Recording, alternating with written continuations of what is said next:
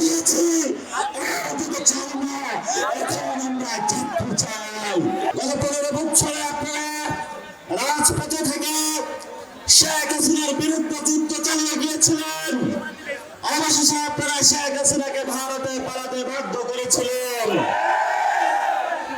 কিন্তু যখন আন্দোলন শুরু হয়েছিল, এই আন্দোলন শুরু হওয়ার সময় আমাদের একটি বড় দাবি ছিল, বর্তমান বাংলাদেশে 50% কাছাকাছি যে তরুণ প্রজন্ম রয়েছে, মা বাবার টাকা খরচা করে ইউনিভার্সিটি কলেজে পড়াশোনা করে যখন বাংলাদেশে একটি চাকরির জন্য দাঁড়াদাঁড়ি ঘুরেফেরা করছিল, সেই সময় খুনি হাসিনার বাহিনী বৈষম্য করে শেখ ফ্যামিলির যারা রয়েছে আওয়ামী লীগকে নিয়োগ দেওয়ার ব্যবস্থা করেছিল।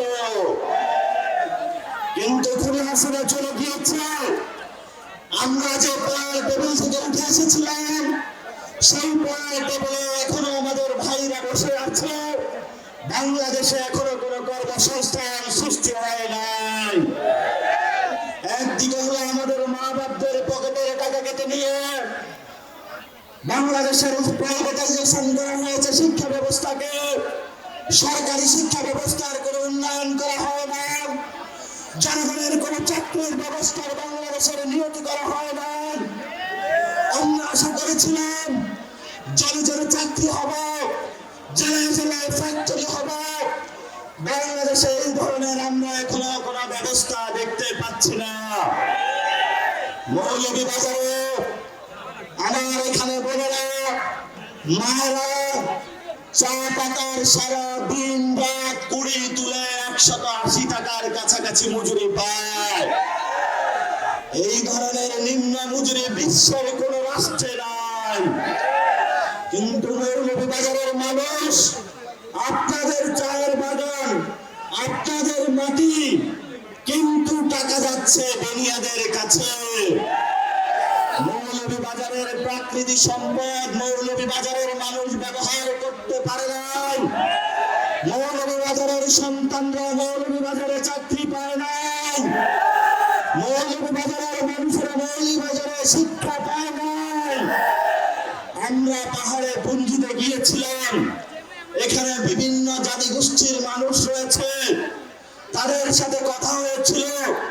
সেখানে কোনো শিক্ষা ব্যবস্থা নাই, স্বাস্থ্য ব্যবস্থা নাই। আর এখানে যারা প্রশাসনে রয়েছেন, তারা ব্রিটিশ আমলের যারা লাট সাহেব, তাদের মতো জনগণের সাথে ব্যবহার করে। বাংলাদেশের একমাত্র স্মার্ট সিটি বসুন্ধরা এখন আরো নিরাপদ, আধুনিকতায় আরো এক ধাপ এগিয়ে।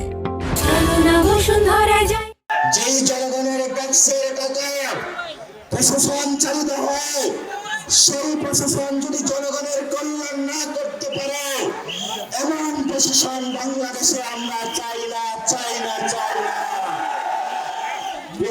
বাজারবাসী, কথা শেষ করব। চাকরির দাবিতে তরুণ প্রজন্ম মাঠে নেমেছিল। তরুণ প্রজন্মের চাকরি হয় নাই। উপদেষ্টাদের বাড়ি হয়েছে, উপদেষ্টাদের সবকিছু হয়েছে, বড় বড় মাফিয়াদের সবকিছু হয়েছে, ব্যবসা বাণিজ্য দখল হয়েছে, কিন্তু আমার যারা ছাত্ররা বাংলাদেশে তাদের কোনো ব্যবস্থা হয় না। তরুণ প্রজন্মের কোনো চাকরি হয় না। যারা মিডল ক্লাস ফ্যামিলি রয়েছে, রাইজিং মিডল ক্লাস রয়েছে, তারা যখন সবজি কিনতে যায়, আমাদের বাচ্চার বাবারা বাজারে কিছু কেনাকাটা না করে এখনো ফ্যামিলিতে ফিরে যায়। এমন বাংলাদেশ আমরা চাইলাম। এনসিপির নেতৃত্বে ভবিষ্যতে বাংলাদেশে যদি জনগণের সরকার গঠন হয়, সেই জনগণের সরকারের ক্ষেত্রে আমরা 64 জেলায় চাকরির ব্যবস্থা করব, ম্যানুফ্যাকচারিং হাব বাড়াবো, বিভিন্ন জায়গায় টেকনিক্যাল এডুকেশন চালু করব। বাংলাদেশের তরুণ প্রজন্মকে কিভাবে একটি শক্তিশালী ফোর্স হিসাবে ব্যবহার করা যায়, আমরা এই দুঃখটা বুঝি। এনসিপি এটা নিয়ে কাজ করব। তরুণ প্রজন্ম আমরা কোনো ফলনা জিনিস নয়, আমরা রক্ত দিয়েছি, এদিকে চাই না, এখন আমরা চাকরি চাই। চাকরির দাবিতে সংস্কার দাবিতে, নতুন সংবিধানের দাবিতে, শেখ হাসিনার বিচারের দাবিতে, একটি সুন্দর বাংলাদেশের দাবিতে আমরা 64 জেলায় যাচ্ছি। 3 আগস্ট, আগামী আগস্ট মাসের 3 তারিখে আমরা সবাই ঢাকায় একত্রিত হব। আমাদের শহীদদের নিরাপত্তার জন্য, সংস্কারের জন্য, বিচারের জন্য আমাদের একটা লিখিত দলিল প্রয়োজন।